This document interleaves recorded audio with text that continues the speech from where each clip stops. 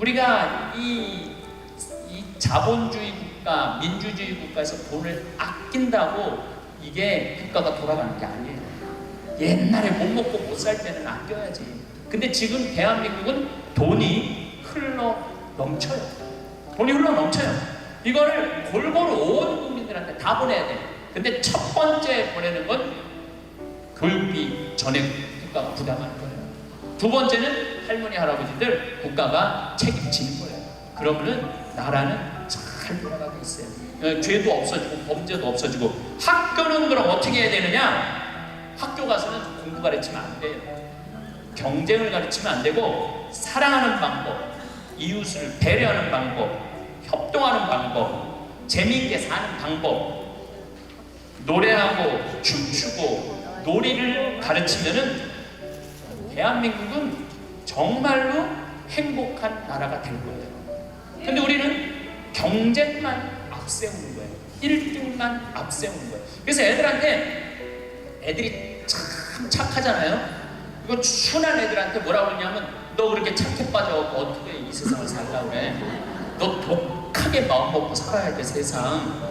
그러니까 계속 독해라고 그러니까 애들이 중학교, 고등학교만 되면 독해져 있어요. 애들이. 독해져 있어요. 이게 지금 대한민국이 뭐가 잘못된 거죠.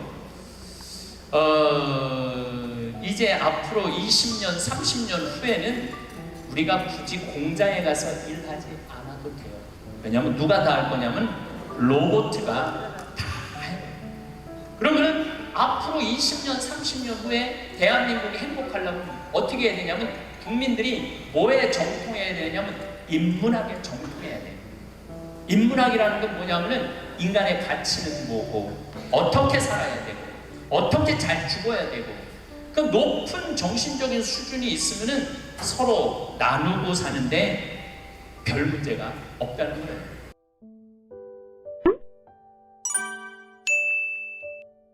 여러분들 서울에서부터 부산까지 KTX로 얼마가 걸려요? 2시간 반 걸려요. 앞으로 조금 무슨 기차가 나오면 30분 걸린대요. 30분.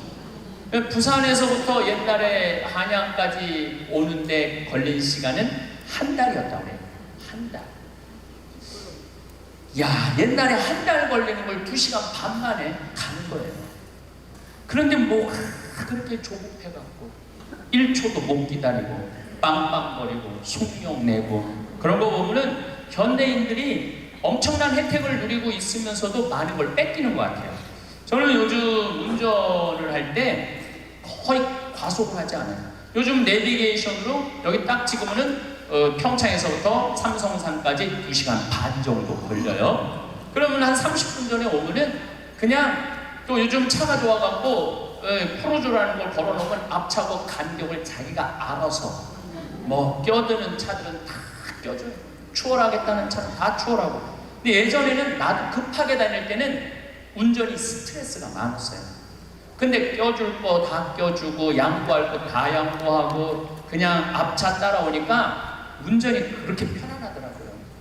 여러분들도 너무 급하게 살지 마세요. 급하게 안 살아도 옛날 사람들보다는 제가 보기엔 1000배 빨리 살고 있는 거예요. 급할 게 하나도 없더라고요. 근데 교통보다 더 무서운 변화가 있어요. 교통보다 통신이에요. 통신. 1960년대는 여러분들 집에 무슨 전화기가 있었죠? 돌리는 다이얼 전화기가 있었죠? 네.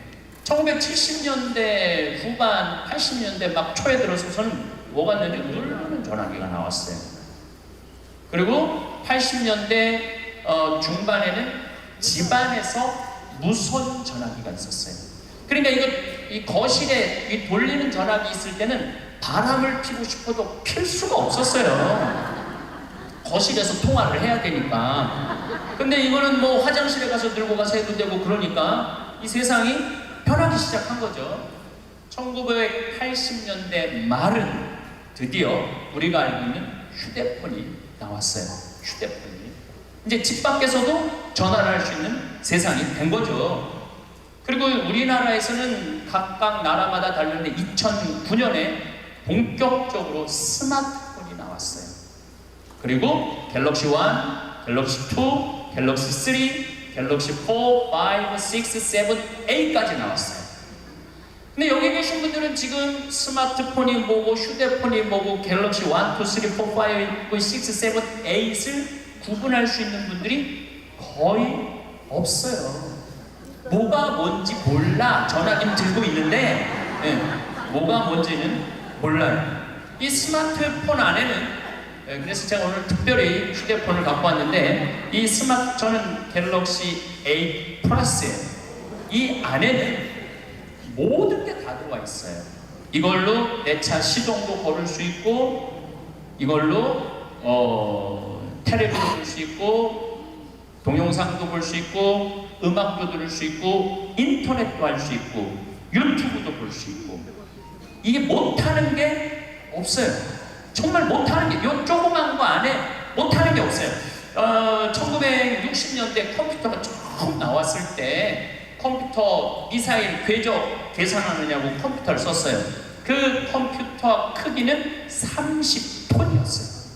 30톤. 그러니까 이 앞에 앉아 계신 여러분들 그런데 그거보다도 이게 성능이 더 좋아요. 훨씬 더 좋은 세상에 살고 있어요. 할머니들이 내가 지난주에도 명동에 모임이 있어서 갔었는데 이렇게 걷다 보면 할머니들이 날 만나면 너무너무 반가워해요. 아이고 신부님 여기서 만나다니 명동 길에서. 그럼 할머니 네 분이 이렇게 만나면은 사진 찍자고. 휴대폰이 있으니까 사진 찍자고.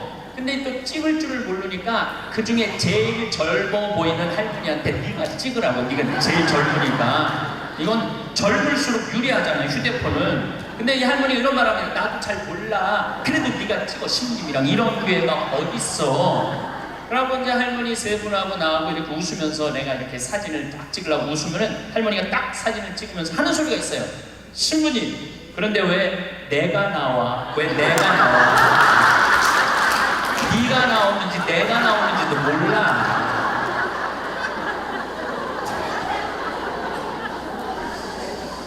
요즘 애들은 태어나면서부터 어떻게 태어나는 줄 아세요?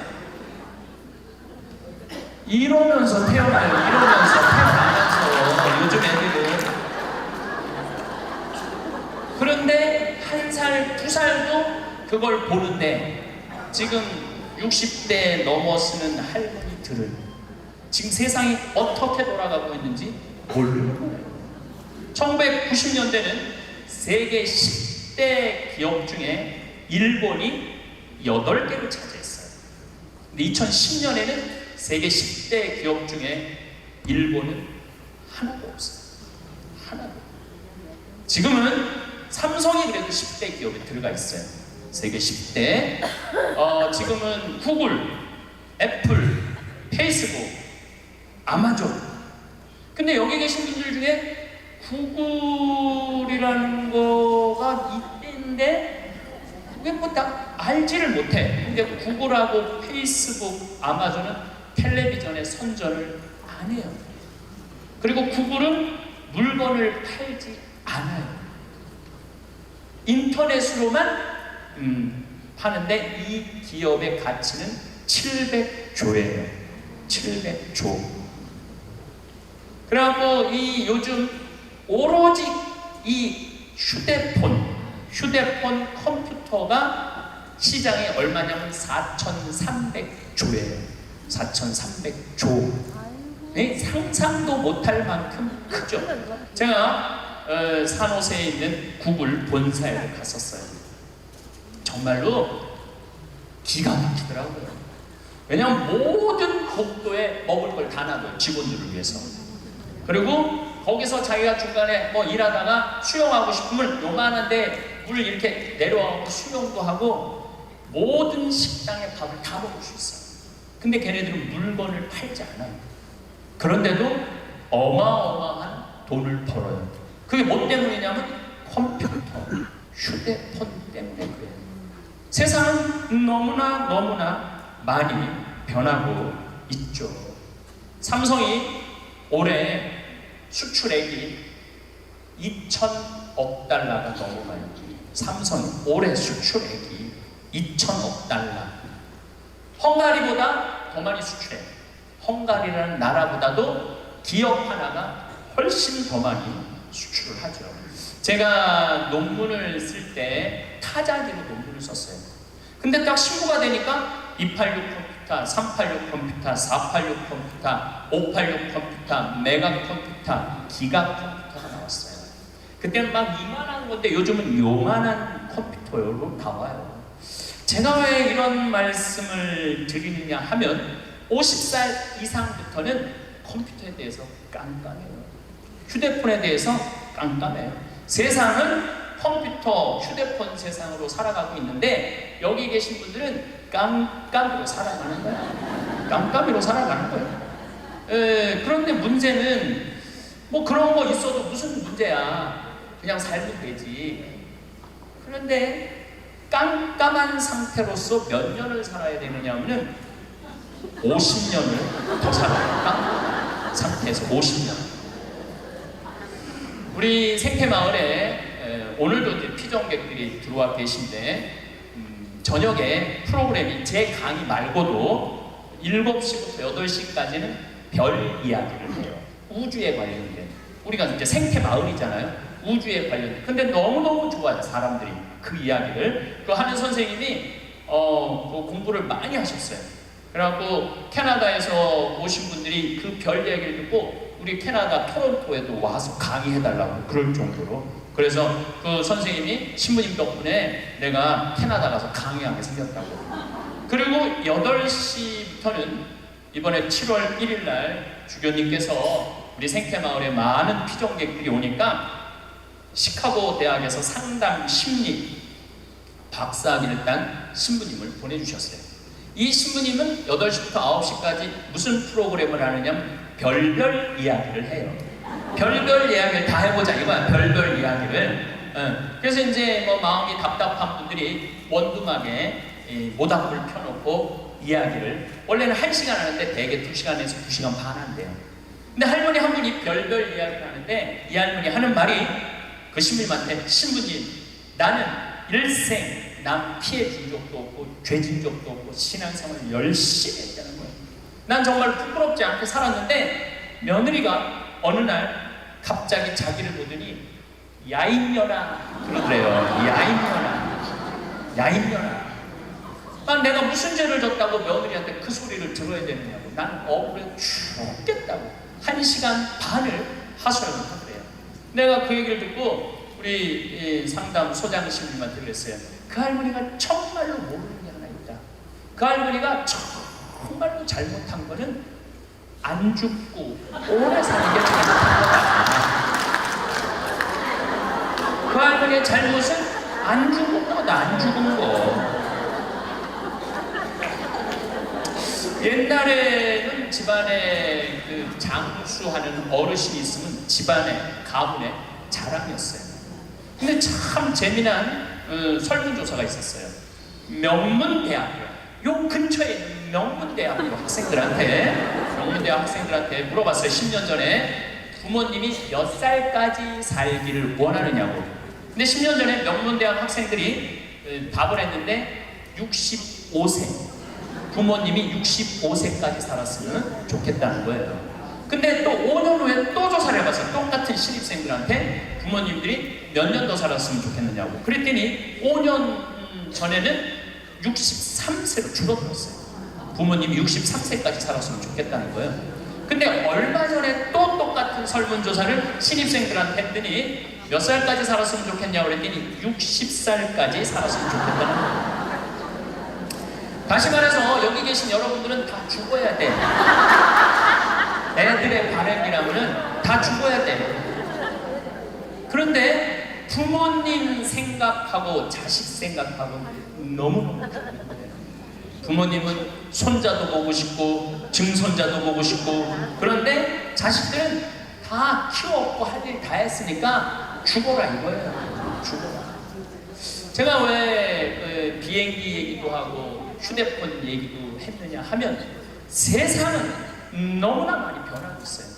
그런데 누가 세상의 변화를 못 읽느냐 하면 여기 계신 50대, 60대, 70대 되신 분들이 세상이 어떻게 돌아가는지 모르고 있는 거예요.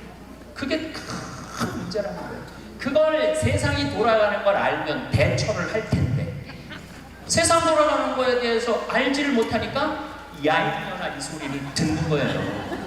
그러니까 여러분들 며느리한테 야인년하는 소리 안 들으려면 어떻게 하면 좋아? 아니지, 죽으라는 얘기가 아니야. 죽으라는 얘기가 아니라 자식하고 같이 살 생각을 처음부터 하지 말아야죠. 왜 자식하고 같은 집에서 살아요? 그러니까 그런 마음으로 인생을 바라봐야 된다는 거예요. 그런데 아마 2040년에는 아마 제 생각에는 아이를 거의 낳지 않을 거예요. 2040년이 되면은 아이들을 안 낳아요. 왜 아이들을 안 낳느냐면 지금 대한민국의 애들 고통스러워요, 안 고통스러워요? 공부하느냐고 고통스럽죠? 경쟁하느냐고 고통스럽죠?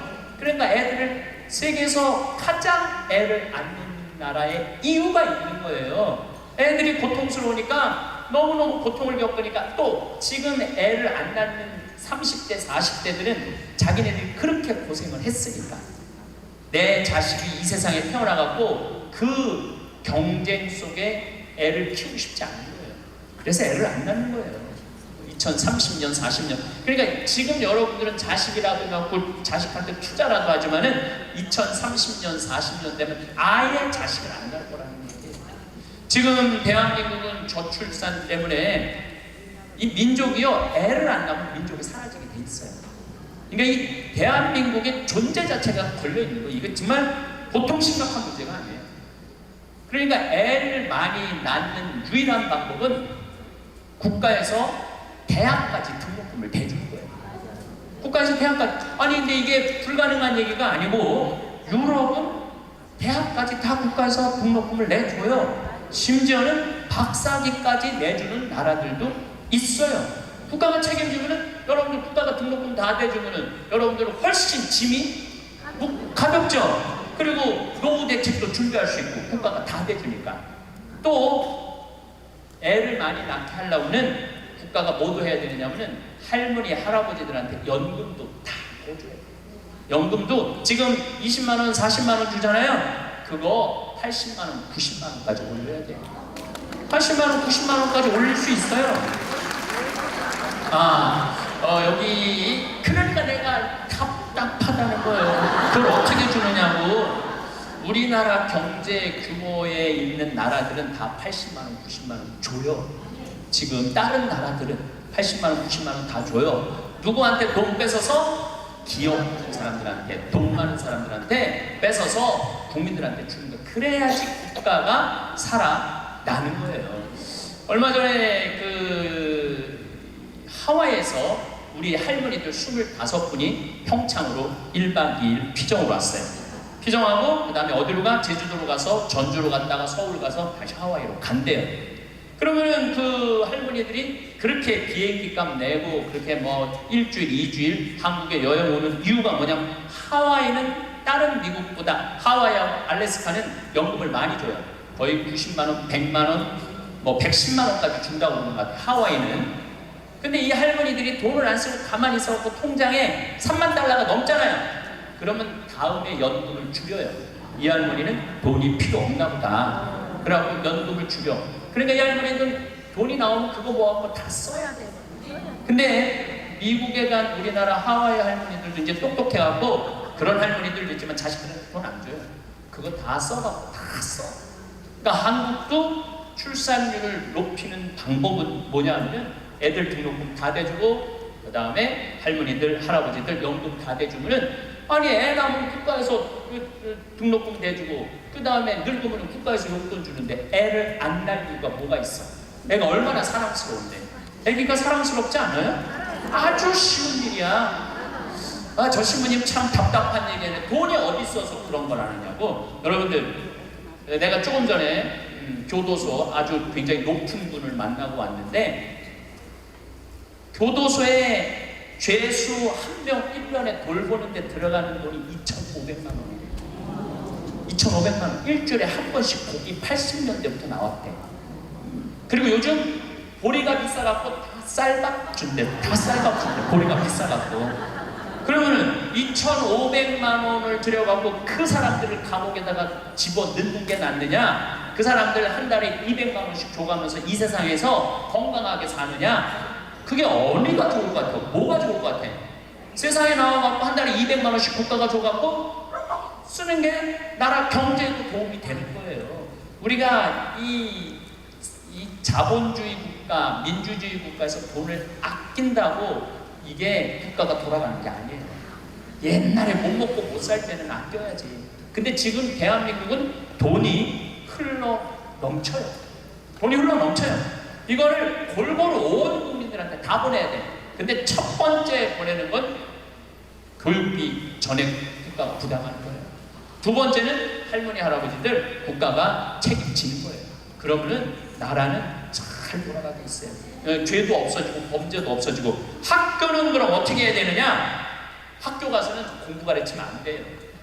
경쟁을 가르치면 안 되고 사랑하는 방법, 이웃을 배려하는 방법, 협동하는 방법, 재미있게 사는 방법, 노래하고 춤추고 놀이를 가르치면은 대한민국은 정말로 행복한 나라가 될 거예요. 근데 우리는 경쟁만 앞세우는 거예요. 1등만 앞세우는 거예요. 그래서 애들이 참 착하잖아요. 이거 순한 애들한테 뭐라고 그러냐면 너 그렇게 착해 빠져갖고 어떻게 이 세상을 살라고 그래? 너 독하게 마음 먹고 살아야 돼 세상. 그러니까 계속 독해라고 그러니까 애들이 중학교, 고등학교만 되면 독해져 있어요. 애들이. 독해져 있어요. 이게 지금 대한민국이 뭐가 잘못된 거죠. 이제 앞으로 20년, 30년 후에는 우리가 굳이 공장에 가서 일하지 않아도 돼요. 왜냐하면 누가 다 할 거냐면 로봇가 다 해요. 그러면 앞으로 20년, 30년 후에 대한민국이 행복하려면 어떻게 해야 되냐면 국민들이 뭐에 정통해야 되냐면 인문학에 정통해야 돼요. 인문학이라는 건 뭐냐면은 인간의 가치는 뭐고 어떻게 살아야 되고 어떻게 잘 죽어야 되고 그 높은 정신적인 수준이 있으면은 서로 나누고 사는데 별 문제가 없다는 거예요. 앞으로는 컴퓨터가 우리 반 이상을 해요. 우리 살아가는 거 반 이상은 컴퓨터가 해요. 지난번에 알파고하고 우리 이세돌하고 바둑둔 거 아시죠? 네. 4승 1패. 알파고가 4승 1패 했어요. 이세돌이 1승을 했어. 유일한 1승이에요. 커제는 세계 바둑 1위 커제는 3전 3패.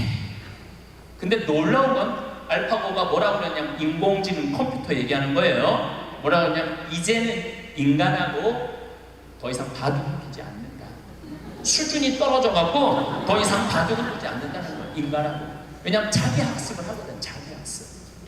여러분들 요즘 로보 어드바이저라고 있어요. 로보 어드바이저. 이게 뭐냐면은 주식 투자할 때 이 로보 어드바이저한테 내 거 좀 투자 좀 해달라고 얘가 투자하는 거야.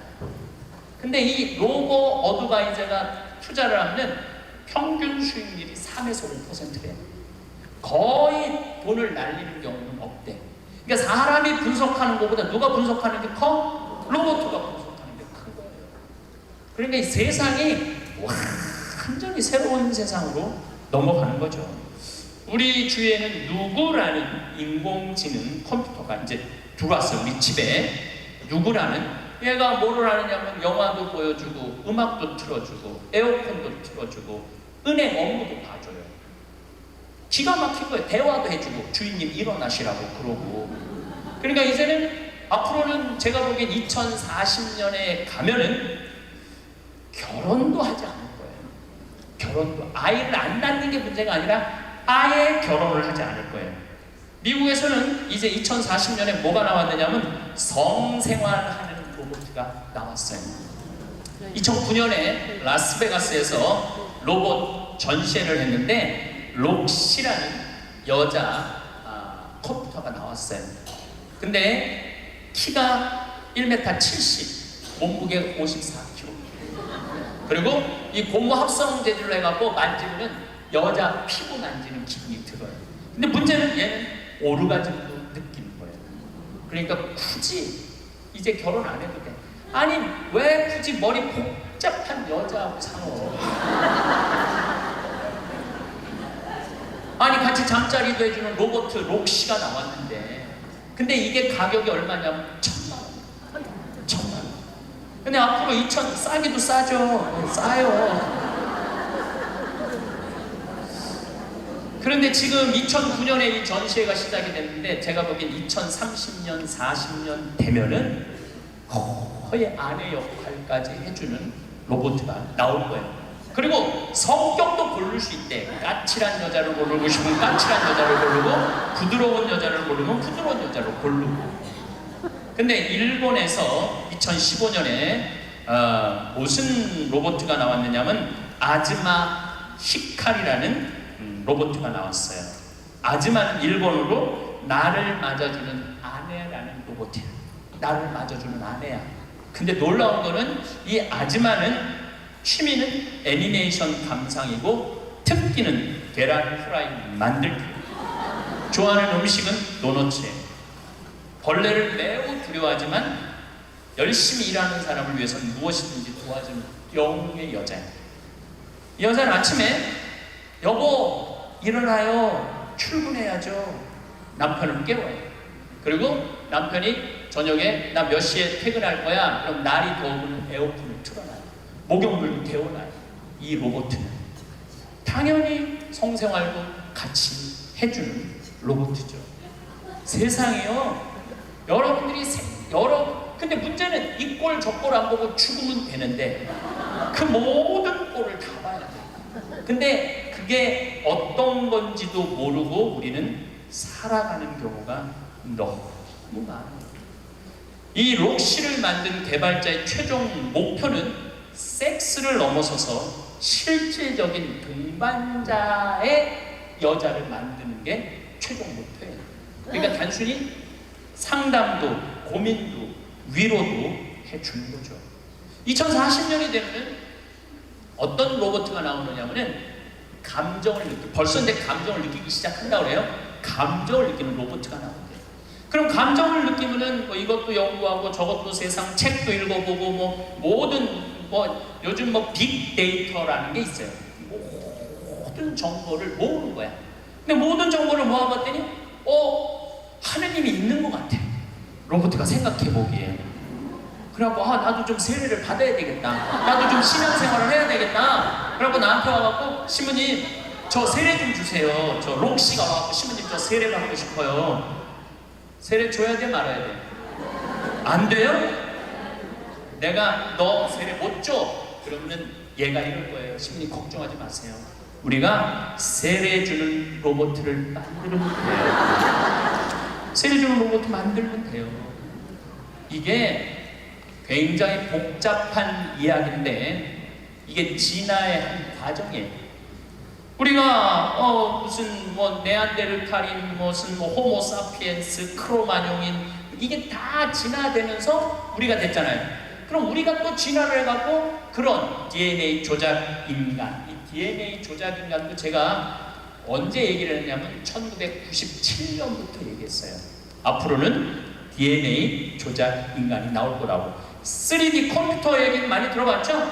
네, 그게 그 3D 컴퓨터가 자가용도 찍어내고 권총도 찍어내고 다 찍어내요. 근데 뭘 찍어냈느냐면 콩팥을 찍어냈어요.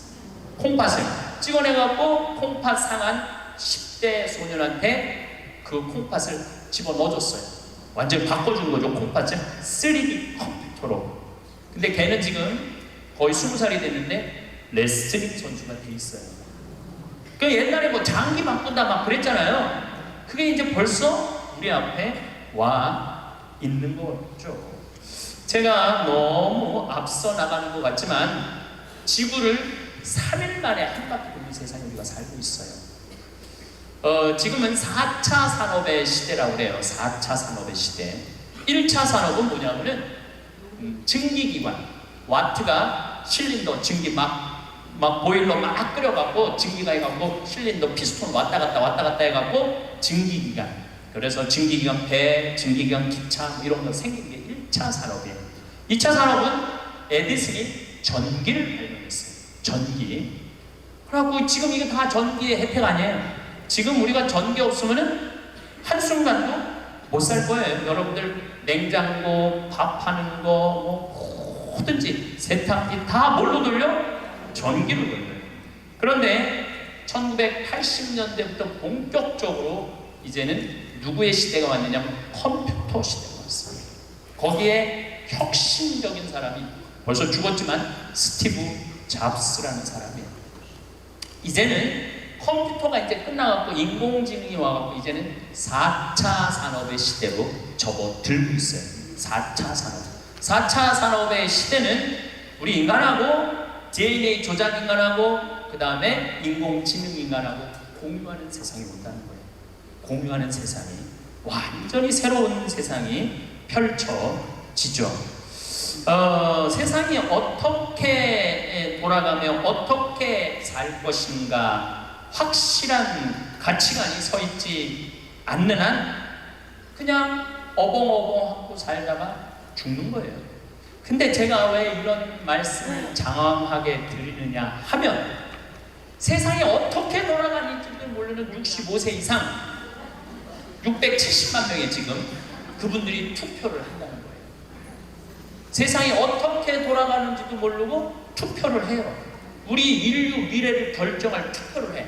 근데 투표를 1번, 2번, 3번, 4번, 5번 중에 2번도 찍고 1번도 찍고 3번도 찍고 4번도 찍으면 좋은데 65 이상이 다 1번만 찍는다.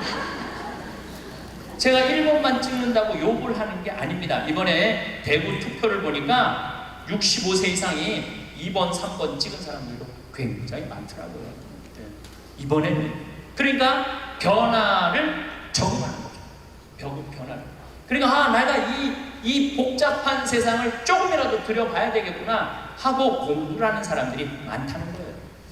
그 며칠 전에 이 동창신부 25주년이라 미사 같이 봉헌을 했어요. 내가 너무너무 사랑하는 동창신부가 분당에 가고 근데 또 뭐 같은 신부님이 와갖고 얘기를 하는데 자기가 오스트리아 대사가 자기를 초청해갖고 오스트리아를 갔는데 아주 시골을 갔대요. 근데 할머니 6이서 커피를 이렇게 찻집에서 놓고 토론을 하는데 너무너무 진지하게 토론을 하더래. 근데 뭐 말을 못 알아들으니까 그 대사한테 물어봤대요. 저 지금 무슨 토론하는 거냐고. 할머니 한 분은 철학가의 얘기를 하고 한 할머니는 음악에 대해서 얘기하고 한 할머니는 미술에 대해서 얘기하고 한 할머니는 지금 이 세상에 돌아가는 정치 얘기를 토론을 몇 시간씩 하고 앉아있다는 거예요. 근데 그거는 저는 뭐 유럽을 다닐 때도 그렇고 미국을 다닐 때도 그렇게 토론한 할머니 할아버지들이 토론하는 모습을 많이 봐요. 또 자식 손자들한테도 그 깊은 얘기를 해줘요. 근데 대한민국의 할머니들을 이렇게 가만히 생각해 보면은 그렇게 토론을 할 수 있는 할머니들이 얼마나 있을까? 이거 물어보고 싶어요. 이제 그냥 밥 먹고 살고 밥 먹고 사는 세상은 지났어요. 이제 여러분들은 텔레비에서 말하는 인문학은 그 젊은 사람들께 아니고 배운 사람들께 아니야. 바로 여기 계신 여러분들 거예요. 그래서 인문학 강의. 근데 사실 여기 오신 분들은 아무 문제가 없어. 강의 들으러 여기 왔잖아요. 이 긴 시간 뭔가 듣는 여러분들은 정신이 깨져. 정신이 깨요. 근데 듣지도 않고 변화에 대해서 들여다보지 않는 분들은 참 답답한 거예요. 그 시대는 변하는데 나만 안 변해. 그 시대는 변하는데 나만 안 변하는 사람들을 내가 이번에 미국 가서 보고 왔어요. 미국에 가보니까 70년대 이민간 분들은 70년대 한국만 생각해요. 80년대 이민간 분들은 80년대 한국만 생각해요. IMF 때 쫄딱 망했을 때 이민간 분들은 그때만 생각을 해. IMF 우리가 탈출한 지가 얼마인데. 그러니까 70년대 이민간 분들 얘기를 들어보면 폰이 미국으로 수출했거든요. 그럼 미국의 길에 서 있는 건 다 폰이라는 거예요. 그거 무슨 깡통 찌그러뜨려갖고 폰이를 만들어갖고 수출했다고 그래요. 그러니까 자기는 한국 차 안 산다는 거예요. 근데 폰이 만든 지가 언제인데 아직 폰이 있네. 한국에 폰이도 없는데. 한국의 요즘 제노시스는 미국 평가의 거의 1위를 참 많이 해요. 그리고 많이 팔리고. 그리고 내가 우리나라 차들을 타보면요, 벤츠, BMW 부럽지 않아요. 정말로 차 잘 만들어요. 그런데 70년대 생각만 하는 거예요. 들여다보니 기회가 없으니까. 한국에 30년 동안 안 와봤으니까 그때 이거 하는 거예요. 또 이번에 시카고 강의를 갔는데 시카고는 눈이 많이 온대요.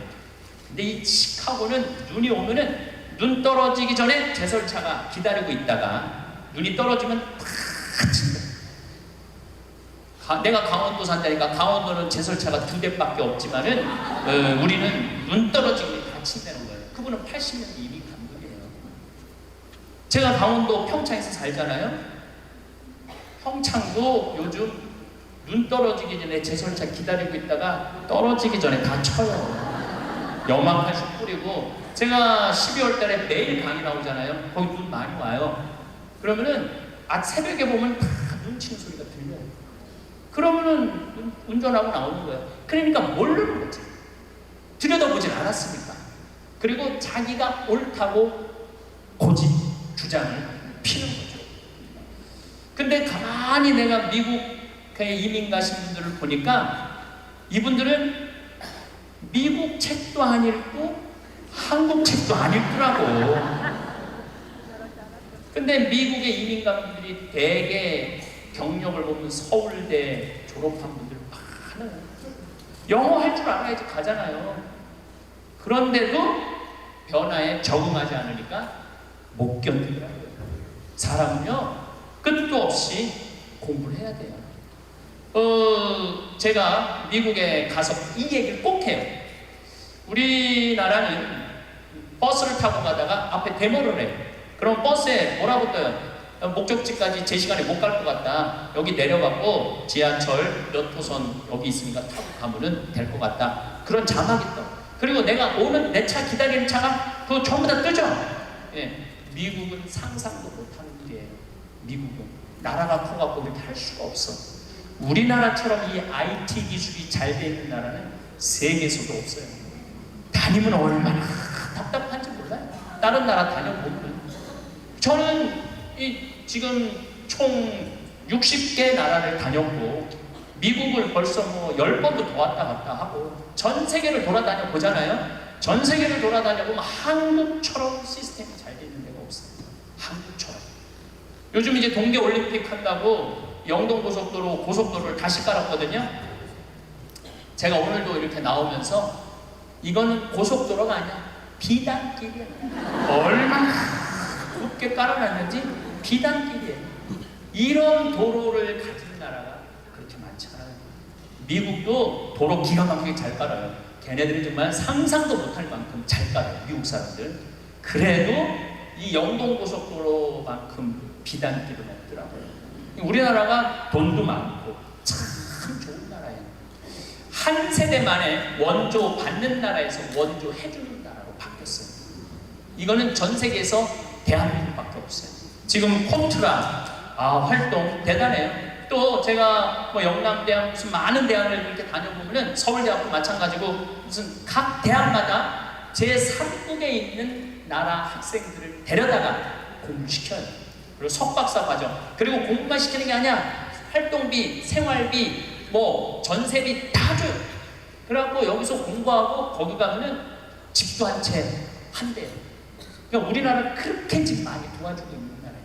원조 받는 나라에서 원조 해주는 나라로 바뀐 대단한 나라예요. 그리고 개발도상국 동남아시아 국가에서 가장 닮고 싶은 나라 1위는 어디냐면 대한민국이에요. 대한민국 가장 닮고 싶은. 그러니까 한국어를 그렇게 많이 배우는 거예요. 여기저기서 한국어를 많이 배우는 거예요. 아시아 국가 중에 민주주의도 1위예요. 미국이 민주주의 지수가 19위, 일본이 20위, 우리나라가 21위예요. 나는 내가 보기에는 미국보다 대한민국이 더 민주주의가 좋은 것 같아요. 왜냐하면 경찰서에서 술 먹고 난동 부리고 의자 내던지는 나라는 대한민국밖에 없습니다. 경찰이 이러시면 안 된다고 그러고 막 두들겨 맞고 막 이러는 나라는 전 세계에서 대한민국밖에 없어요. 미국은 만약에 그런 바로 총 쏴서 죽여요. 뭐 텔레비전을 맨날 보잖아요. 바로 조금만 여기다 손 넣어도 총 쏴서 죽여요. 미국은. 죽이고도 경찰들 책임 거의 안 물어요. 뭐 대부분이 흑인을 죽이지만 우리나라처럼 이 경찰들이 그렇게 국민들한테, 공무원들도 마찬가지예요. 뭐 공무원들 부패 지수가 높다고 그러지만은 그 높은 사람들이고, 요즘 젊은 공무원들 그 어려운 시험 가서 통과한 공무원들은요, 오늘도 우리 이 직원이 무슨 우리 이제 생태마을 물건 허가 때문에 읍에 들어갔다 왔는데 그렇게 친절하게 설명을 해주고 도와주더라는 거예요. 근데 미국이나 뭐 유럽이나 가보면요, 공무원들이요 얼마나 고압적인데요. 기다리라고 그러면 일주일도 기다려야 되고 2주도 기다려야 돼요. 참 좋은 나라에서 살고 있는 거예요, 여러분들. 세계에서 최단 기간 IMF를 극복한 나라는 우리나라밖에 없어. 3년 8개월 만에. 이것도 근본 나라. 대단하지 않아요? 한글의 기적, 문맹률이 1.7%밖에 안 돼요. 98%가 글을 읽는 나라예요. 정말로 내가 보는 대한민국은 위대하고 대단한 나라예요. 그래서 대한민국을 뭐라고 부르느냐면 대단해서 대한민국이라고 합니다. 대단해서 대한민국. 더 놀라운 건 1970년대에서부터 2010년까지 필리핀은 국민소득이 10배 증가했어요. 필리핀이 1970년서부터 2010년까지 40년 만에. 그러니까 1970년대는 필리핀이 우리보다 잘 살았다는 얘기죠. 근데 1970년서부터 2010년까지 필리핀은 10배 늘었는데 대한민국은 몇 배가 국민소득이 늘었느냐면 82배가 늘었어요. 82배. 상상을 초월할 만큼 우리가 돈도 많이 버는 나라예요. 근데 정말로 대한민국이 행복한 나라일까요? 이 얘기는 10분 쉬었다가 하도록 하겠습니다. 감사합니다. 오늘 강의 잘 들으셨나요? 시대는 변하는데 나만 안 변하는 사람들이 있습니다. 이렇게 빨리 변하는 세상에 우리도 함께 변해야 하는 것은 숙명인 것 같습니다. 우리의 변화는 지속적인 공부를 통해 이루어지기에 공부를 놀이처럼 받아들이는 자세가 필요합니다. 대단한 대한민국에 살고 있는 것을 자랑스럽게 생각하고 모든 일에 감사함을 표하고 겸손한 마음을 가짐으로써 삶이 행복해질 것입니다. 하늘에 계신 우리 아버지, 아버지의 이름이 거룩히 빛나시며 아버지의 나라가 오시며 아버지의 뜻이 하늘에서와 같이 땅에서도 이루어지소서. 오늘 저희에게 일용할 양식을 주시고 저희에게 잘못한 일을 저희가 용서하오니 저희 죄를 용서하시고 저희를 유혹에 빠지지 않게 하시고 악에서 구하소서. 아멘.